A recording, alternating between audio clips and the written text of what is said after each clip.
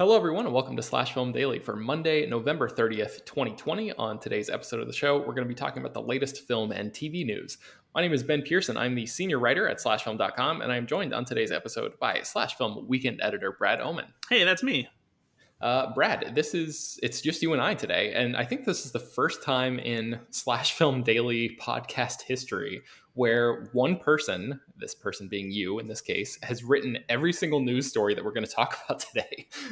So I hope you're ready. I hope you're strapped in and ready to dish out the news to us today. I am, and this is why I have been given the new title of Slash Film News Boss. Oh, great. Well, congratulations on that. Thank you. Okay, so let's start things off on a bit of a down note. We lost a Star Wars icon over the past. When exactly did he die? Yesterday? The day before? It sounds like it happened overnight, Saturday into Sunday. Okay, so tell us about that. Yes, unfortunately, David Prowse, who you may not know by name, but you've definitely seen him in all three of the original Star Wars movies because he's the man responsible for being the physical presence of Darth Vader on the set of Star Wars, The Empire Strikes Back, and Return of the Jedi. He's the actor who is a former bodybuilder who was actually inside Darth Vader's suit doing all of the physical acting for the character, while James Earl Jones would later provide the voice for him. And sadly, he passed away at 85 years old. It had been reported back in 2018 that he was being treated for prostate cancer, but apparently today his daughter clarified that he died due to complications from COVID-19. Man, that is a bummer. So I mean, you're a huge Star Wars fan. I know obviously Darth Vader is like one of the greatest cinematic villains of all time. And David Prowse, his work, even though we didn't really hear his voice in the movie, it's a huge, massive, like, you cannot overstate how important it was to the creation of that character. What sort of memories do you have of Darth Vader in the Star Wars universe and what Prouse brought to that character? Yeah, I mean, like, it's obvious, that a lot of people associate Darth Vader with James Earl Jones because, his rich, deep voice, gives Darth Vader, this incredible, intimidating sound. But that's only half of Darth Vader's, presence as a villain. There's a physicality that David Prowse brought to this role, and it's because of his, towering 6'6" frame. And, this physical presence he had on set that really made him that much more intimidating. It's something that they even have transferred, into, other mediums so that you get a sense of just how big of a character Darth Vader really is. I remember when I tried the Vader Immortal VR experience at Star Wars Celebration last year, when you're standing in front of Darth Vader, like he feels like he's taller than you, and it's very intimidating, and that comes directly from David Prowse. And it's kind of funny too because even though he didn't do the voice of Darth Vader, he still had to deliver those lines on set so that they could be acted opposite anyone who is talking to Darth Vader. Mm-hmm. And there are clips online from at least the original Star Wars where you can hear what Darth Vader's lines sound like from David Prowse. And it would have been not so intimidating if they had used David Prowse's voice because he sounds just more like just a casual British gentleman than anything. But that physical performance that he brought, it's something that makes Darth Vader what he is. And it's definitely a loss for sure. I didn't really know much about him, I'm sad to say, until I was reading all these obituaries and stuff. And the piece that you wrote mentioned that he was one of the people who trained Christopher Reeve during the Superman the movie, like when Reeve was really like starting to get into, like bulk up his frame and stuff to prepare for that film. So that's a cool little piece of trivia that I didn't know about. Yeah, for sure. And he had various roles where he, his imposing body was used. He played Frankenstein's monster a couple times, played a lot of other creatures in movies, appeared as bodyguard several times. So he definitely used his beefy stature as a way to carve out a career for himself in Hollywood. That's great. Okay, so let's move on to Godzilla versus Kong. What is the deal with this hard-hitting big monster movie that's supposed to be coming out soon? What's the deal with Godzilla versus Kong? Following in the footsteps of Wonder Woman 1984, which is now being released simultaneously in theaters and on HBO Max on Christmas Day, it sounds like Warner Brothers is considering some other options for blockbusters in order to maybe help continue to beef up the subscriber numbers for HBO Max, because apparently Netflix had offered $200 million to nab the streaming rights to Godzilla vs. Kong from Warner Brothers Pictures, but they turned it down. And that's a number that apparently would have covered roughly 75% of the film's budget. But apparently Warner Brothers is working with Warner Media, their parent company, and HBO Max to potentially figure out some kind of deal to bring Godzilla vs. Kong to HBO Max as well. For their part, representatives from Warner Brothers said we're still planning on releasing Godzilla vs. Kong into theaters, but they also didn't say that precludes the idea of the movie also coming to streaming, just like Wonder Woman 1984. So there's a chance that maybe they'll do that with Godzilla vs. Kong, where it'll be in theaters and on HBO Max for a 30-day window, just like Wonder Woman 1984.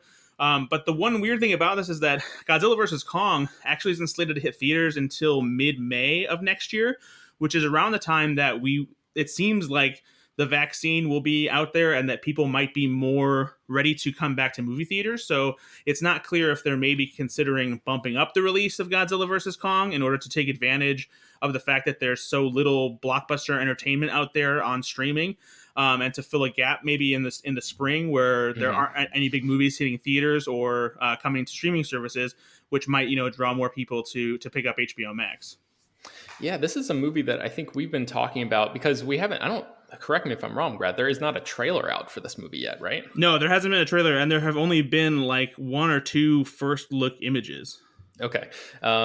So I think, internally, I guess at Slash Film HQ, we've been talking about this movie for probably a year now, really, as like maybe even before the coronavirus hit, as a potential a candidate, I guess, for a streaming release, like, because I think financially the Godzilla and what would you call it? What are they calling this? The legendary monsters or something? The legendary cinematic universe of monsters? It has some sort of title, whatever the overarching umbrella. Is it the legendary monsterverse or something like that? Maybe? Yeah, I think that's right. The monsterverse, the cinematic monsterverse. These movies have been, it seemed like they were performing pretty well financially, and then the most recent movie, which was Godzilla King of the Monsters, did not do as well. In theaters and at the box office. So I think we were sort of speculating like, oh man, maybe it makes sense for Warner Media or Warner Brothers to release this to a streaming service. And now I guess with the pandemic, it's sort of like I've just been waiting for it's almost seemed like an inevitability to me that this was going to happen. What do you think is going to happen here? Do you think that they are going to sort of try to jump up before that current summer release date to try to fill that gap like you were talking about? It makes the most sense because like I said, there's nothing really happening in theaters or on streaming in spring. I honestly wouldn't be surprised if they would aim for like a March release maybe or something like that. And it makes financial sense for Warner Brothers because they don't have to take the risk of not making their money back at the box office or on streaming if they're able to get a deal that pays for the entire budget of the movie. And that's a pretty good idea because, as we said, King of the Monsters made far less than the original Godzilla. It made $386 million worldwide, and a Godzilla from 2014 made $525 million worldwide. So it's a pretty steep drop. And Kong Skull Island did really well with $566 million, but I feel like there's still a risk here because of how I don't want to say disappointing King of the Monsters was, but it definitely wasn't as big of a hit as they hoped it would be. And if they do a streaming deal in the United States, they're still able to release that movie in a lot of international markets theatrically where they're doing much better with the coronavirus, especially China, which is a huge box office market for these kinds of movies. Yeah, that's a good point. And I think also this must be, the timing of this must be, I guess, fortuitous or something for Warner Brothers because they have not spent a ton of money on advertising yet, or really almost anything on advertising yet. And that's like, you're talking about a percentage of the budget and stuff like that. So much money gets pumped into the print and advertising budgets for these movies, especially these massive budget blockbusters that are like $100-200 million. You can almost spend an extra $100 million just on trailers and all that kind of stuff. So maybe if they figure out this kind of thing before all that money gets spent, then things will sort of smooth out and work out a little bit better for everybody involved. So yeah, we'll have to see what happens there. Speaking of HBO, I guess Warner Media. HBO has a new series coming out called The Nevers that is supposed to be debuting in 2021, and this is was supposed to be Joss Whedon's big return to television. But it seems like that is no longer going to be the case? Question mark. What's happening there, Brad? Yeah, so Joss Whedon hasn't done a big original TV show since the short-lived series Dollhouse. He was an executive producer on Agents of S.H.I.E.L.D., but that was more of just kind of a glamour credit because he was involved with the Avengers, and that show spun off from that, and he was never really actively involved on that series for a long time. So The Nevers was going to be his big return to sci-fi. It's a series that's set in Victorian-era London, where all of a sudden people start exhibiting abnormal abilities, essentially superpowers. And the story unfolds from there in this kind of alternate historical timeline. But the series apparently will not be something that Joss Whedon continues to work on, because even before the first season has premiered, which is supposed to be this summer, he announced that he is leaving the series. And he made a full statement about this, basically amounting to that this year has been challenging for him, in a lot of ways. A big part of this is just because he's apparently exhausted, and the idea of continuing to work on a show in the middle of a pandemic is just something that he doesn't feel like he can handle, and he feels worn down. And so he just felt like he needed to take a step back and leave the show. And so HBO made a much shorter statement confirming that they had parted ways, but they were still looking forward to the show coming. They're not, canceling it or anything like that. What we don't know for sure is exactly where in the post-production timeline this series was. It seems like they had shot maybe most of it, because Nick Frost recently talked about the show and how excited he was about it and how crazy it was. And he had finished all of his stuff for the series. But since he's not the lead, that doesn't necessarily mean they're done with production, because they had started shooting last year. They picked up a little bit in the beginning of this year. They got shut down by the pandemic, and then they came back in September to start working again. So it seems like maybe they shot most of it. Not clear if they were able to shoot the full season, and maybe Joss is no longer involved as far as post-production is concerned. But he's stepping away from the series, and that could hurt the series. Could benefit it if HBO is maybe worried about some kind of controversy, because Justice League actor Ray Fisher seems to have implied online that this maybe is tied to the ongoing investigation about Joss Whedon's alleged inappropriate and disrespectful behavior on the Justice League reshoot production timeline. And so he tweeted about this, saying that, this is a result of that. We don't know for sure what's going on with that or anything, but the timing does seem, a little more than a coincidence. Wow. Okay. So a lot to go through here. I guess first and foremost, can you think of an instance where a creative person created a show and then walked away from that show before it even premiered? Wow. I can't think of anything off the top of my head. It just feels sort of unique in that regard. I wonder if there maybe if listeners are like screaming at their devices or something. If there's anybody who would have happened with it, probably would have been somebody like Brian Fuller. But I don't know for sure, because I know he's walked away from shows after they've been on for a little bit, but I can't recall if there was ever a show that he walked away from that he had worked on so much before it was done or aired. Right. Yeah. Maybe Amazing Stories might be of the Apple TV Plus show. I think he was attached to that for a little while before Kitsis and Horowitz came on to take over. So I wonder if the first chunk of that production was Fuller's vision, quote unquote, and then they sort of picked up the baton and ran with it. Yeah, I don't know. This seems like an interesting thing here. So okay, so just I guess historically, the potential novelty of this historical event aside, the idea that Joss Whedon is exhausted and thinks that his work is suffering because he's he's just worn out. This sounds kind of like a familiar refrain, because I think when he was making Avengers Age of Ultron, he was talking so much about how that movie just wore him down. Yeah. So, and then obviously he came in on Justice League, but we haven't really heard much from him, I guess since then. It's been a few years really since there's been a big Joss Whedon thing. So I guess what do you make of that idea, Brad? Like the idea that like maybe Joss Whedon is just sort of like almost like broken as a creative person. Like, you know, he's shouldered so much responsibility for these Avengers movies and stepping into a fraught scenario with Justice League, and then now creating this show and then having a pandemic hit in the middle of it. Do you think that there's anything to the idea that like this may be the last thing that we see from Joss Whedon, or do you just think he like needs some serious away time to like take care of himself? That's an interesting question. Yeah, I mean, he's had a rough go of it for the past few years, and you know, it's there have been several controversies. You know, I mean, back in 2017, there was the ordeal he had where his ex-wife had published a whole essay accusing him of infidelity and hypocrisy and all these things, and that kind of hurt him, and especially hurt his image in the eyes of a lot of the fans who liked his approach to feminist ideals and strong female characters in movies. You know, even though he's had obviously missteps in those arenas from time to time.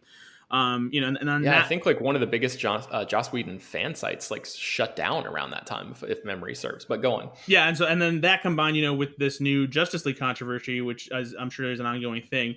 He doesn't, you know, really allude to anything like that in the statement that he made. If anything, he there's something where he says, I'm genuinely exhausted, and I'm stepping back to marshal my energy towards my own life, which is also at the brink of exciting change. So I don't know what that means as far as his personal life is concerned, or anything like that. But, you know, obviously something is going on in his life, and he feels like he can't dedicate as much time to a series that takes up even more time than he was probably anticipating because of how difficult it is to produce a live action series in the middle of a global pandemic.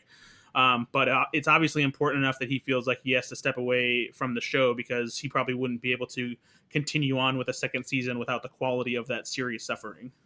Yeah, and just to read Ray Fisher's tweet in full, he says, "I have no intention of allowing Joss Whedon to use the old Hollywood tactic of exiting, stepping down, or walking away to cover for his terrible behavior. Warner Media's Justice League investigation has been in full swing for over 3 weeks now. This is undoubtedly a result of it." And like you said, we're not sure if that's true, but it's certainly interesting timing. And you know, the whole thing with this Ray Fisher Justice League controversy is like really fascinating to me, because for a long time there I was sort of like, what is this dude talking about? Like, is he just, you know, bitter over having his part cut? And then the more I hear from it, the more I actually wonder if this is a where there's smoke there's fire situation, and it's still, you know, like cloaked in all of this mystery and probably non-disclosure agreements and these you know, internal corporate investigations that are still taking place. So hopefully we get to the bottom of this at some point so we can actually just like figure out what the hell is going on here. But yeah, this is a really a notable thing, because I think the Nevers was going to be, like you mentioned, this big, you know, sort of return to form for Joss Whedon, coming back to this medium that he was so well known for.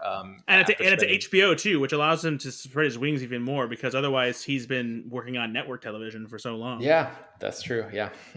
Okay. So yeah, we'll have to sort of keep our ear to the ground and see if we hear anything more about that in the coming weeks and months. But let's talk about something that really everybody seems to be talking about online right now, which is The Mandalorian, which is the new, obviously the new season is out, and the most recent episode confirmed a scoop that we broke at Slash Film, that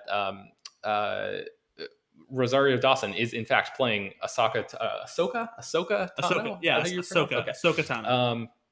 Ahsoka Tano, which is you know, she's like a key character from the Clone Wars. Now, Brad, I have not watched any of the Clone Wars, and let's talk to me as if I'm somebody who is not even caught up on The Mandalorian and doesn't know anything about Ahsoka and all of this stuff, why this character is important. What are a couple of the things that we've learned, I guess, since this episode has aired? And I know you guys talked about it on Friday's episode of the show, but something that Dave Filoni was just talking about that may sort of put things in a new context for viewers and Star Wars fans. Well, a long time ago in a galaxy far, far away, I don't know how far back you want me to start, but that's where. No, so yeah, Ahsoka Tano recently debuted in the live-action Star Wars universe after debuting in the animated side of Star Wars in the Clone Wars, which was a series that was created and executive produced by Dave Filoni. Ahsoka is his creation, and he directed the episode that she debuted in, which is appropriately called The Jedi. And honestly, you didn't really need to know much about Ahsoka in order to understand her importance or her role in The Mandalorian. It was obviously exciting for fans who love that character, but much like the way the character of Bo-Katan was introduced into The Mandalorian, with Katee Sackhoff reprising her animated role in live action, there's not a lot of context necessary to understand their place in the Mandalorian story as it relates to his mission to protect the child and keep it safe from the Empire and deliver it back to its own kind. And Ahsoka was basically the next step in figuring out exactly what he needed to do, where he could go with the child, and figure out its next steps as far as, its place essentially in the universe.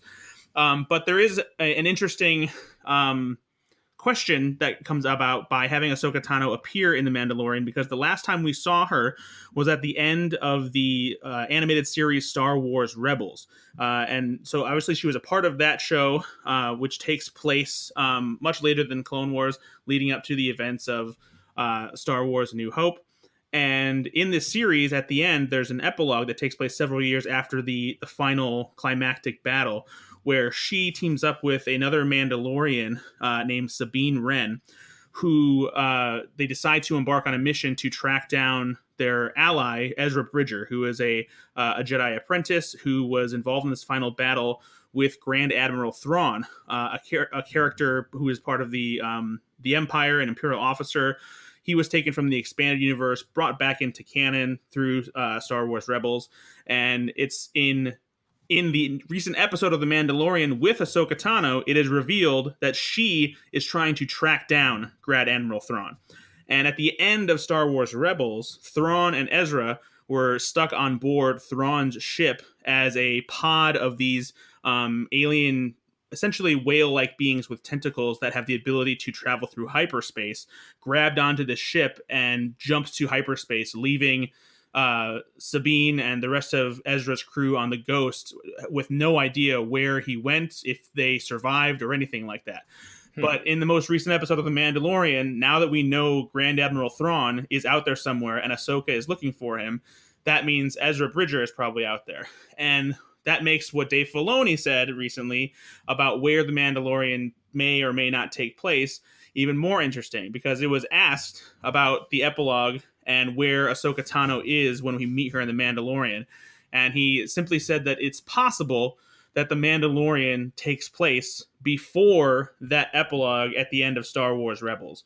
So there's a period of a few years between the final battle in Star Wars Rebels and the epilogue that would set up this new adventure to find Ezra Bridger, where The Mandalorian might be taking place. And since the show has introduced Ahsoka in live-action Star Wars, a lot of fans are hoping and thinking that maybe this is a setup for some kind of spin-off series where we will actually be able to see that mission carried out, and we'll follow Ahsoka and Sabine as they try to find Ezra Bridger. So I guess the question would be, if I'm understanding the timeline properly, if let's say they do announce, let's say today, they announce a Mandalorian spinoff starring Rosario Dawson, where it is about exactly that, right? It's set in, I guess, after the events of Star Wars Rebels, sort of during this Mandalorian period, this era, but before the epilogue of the final episode of Rebels. Does that mean that she's not going to find Ezra or Thrawn in that spinoff show, unless they catch up and overtake the epilogue? Is that right? Well, so because in the epilogue of Star Wars Rebels, don't they say let's go find Ezra or whatever? Isn't that the whole thing? They sort of The whole thing is it's very clear that Sabine and Ahsoka are going to find Ezra. And The Mandalorian, the series, has already been discussed to take place a few years, give or take 3 or 5 years after the events of Return of the Jedi.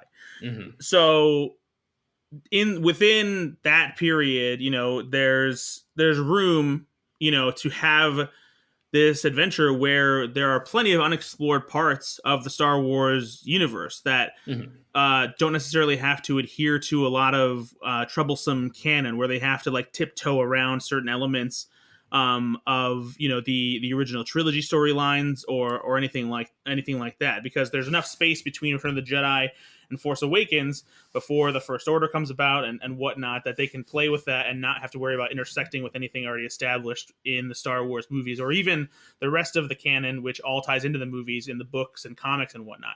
So the story has the ability to unfold and basically fill us in as to what Ahsoka has been up to this time, or where Ezra has been, and then what exactly Thrawn is doing. Whether Thrawn is the one who is commanding Moff Gideon in the Mandalorian, or if Gideon is his own rogue thing, and Thrawn's off doing his own thing as well. There's honestly, the most recent episode of The Mandalorian, even though it provided some answers to questions that we've had since the beginning of the first season, it raised infinitely more questions about where this is all headed and what the future of The Mandalorian holds, or even series that might spin off of The Mandalorian.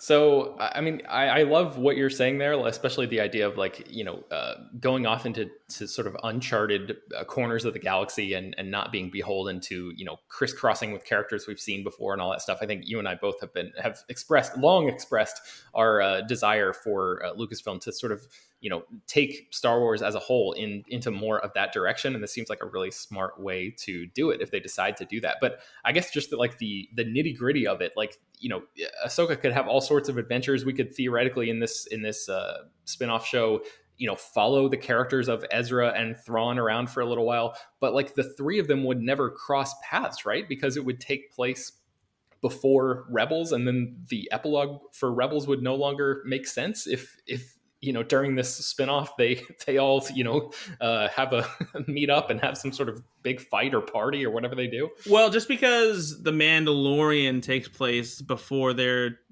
doesn't necessarily, essentially this part of The Mandalorian takes place before that epilogue. Mm-hmm. But a spinoff series could still take place after that epilogue. Oh, I see. Yes. Okay. Yeah, that makes sense. All right. Yeah, I'm just trying to work this out for in my own mind, and hopefully, hopefully these questions aren't sounding idiotic to listeners out there too. So yeah, that makes sense. Maybe Ahsoka, this Rosario Dawson version of Ahsoka, the spinoff show picks up a couple years after we just saw her on The Mandalorian, and then that way they're able to sort of fast forward through the timeline a little bit and speed things up a little bit that way, right? Yeah, we'll see what happens. It's literally just something that we don't know, what they're going to do or anything like that. Especially because as we've talked about on our spoiler discussion episodes of Slash Film Daily for The Mandalorian, there's no more footage left to be seen in any of the trailers or TV spots that we haven't seen on the show already this season. So the remaining 3 episodes we haven't seen a scrap of footage from those scenes, from those episodes. So it's anybody's guess as to what's going to happen.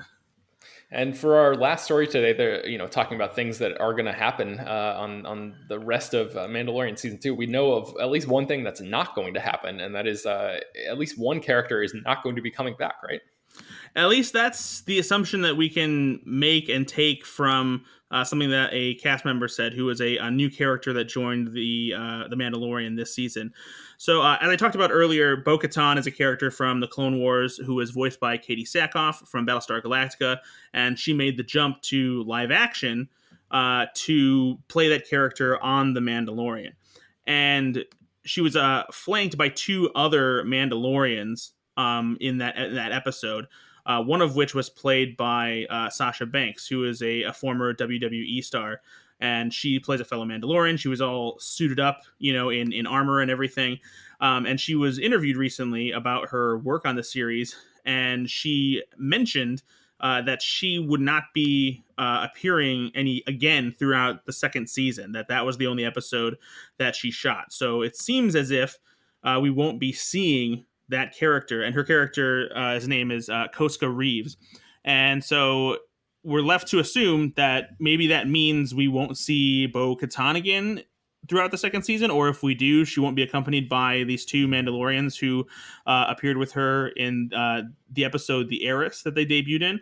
Or there's one other possibility, and it's that maybe if this character does appear again, they didn't need to bring Sasha Banks in to play this role because they kept the character's helmet on and didn't need to see her face, which is entirely possible.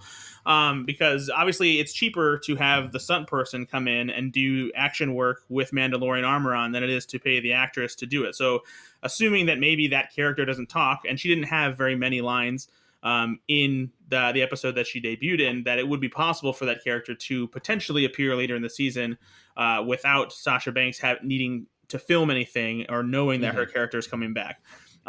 You would think that they would probably keep her privy to that since that is her character now, but with Star Wars, you never really know.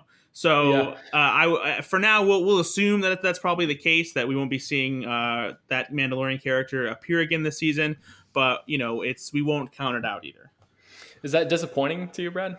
Would you like to see more of them like quickly, or are you okay with them maybe popping back in season 3 or something? I mean, I don't mind if we don't see the 2 other Mandalorian characters who accompanied Bo-Katan, but if we don't see Bo-Katan again before the end of the 2nd season, I feel like that would be somewhat disappointing, because they firmly planted this seed that Bo-Katan is in pursuit of the Darksaber, which Moff Gideon has, and so hoping for some kind of confrontation between them, whether or not she gets it.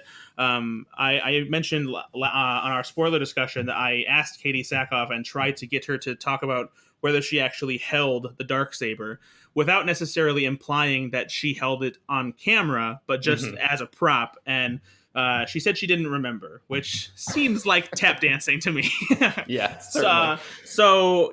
We'll see if we end up seeing Bo-Katan, and that's the character I think obviously fans want to see again as well. And her pursuit of the Darksaber from Moff Gideon, that will be something that plays out in the future. But it could be a slow burn thing too, where this character popped up just to plant seeds, because Giancarlo Esposito, who plays Moff Gideon, has said that there are more answers and things coming that aren't set to be revealed until a 3rd or 4th season. So this could easily be a long con too, I was just looking at his quote. I was going to end with that, because he said, I think this season is going to start to lay the groundwork for the depth and breadth that's going to come in season 3 and season 4, where you're really going to start to get answers. So hopefully people out there are not are not pulling a Lost or something and like watching the show with the week to week hope that it's going to dole out significant answers in a meaningful way like immediately. So it sounds like they have a grand plot line plotted out here, and if you're on board, then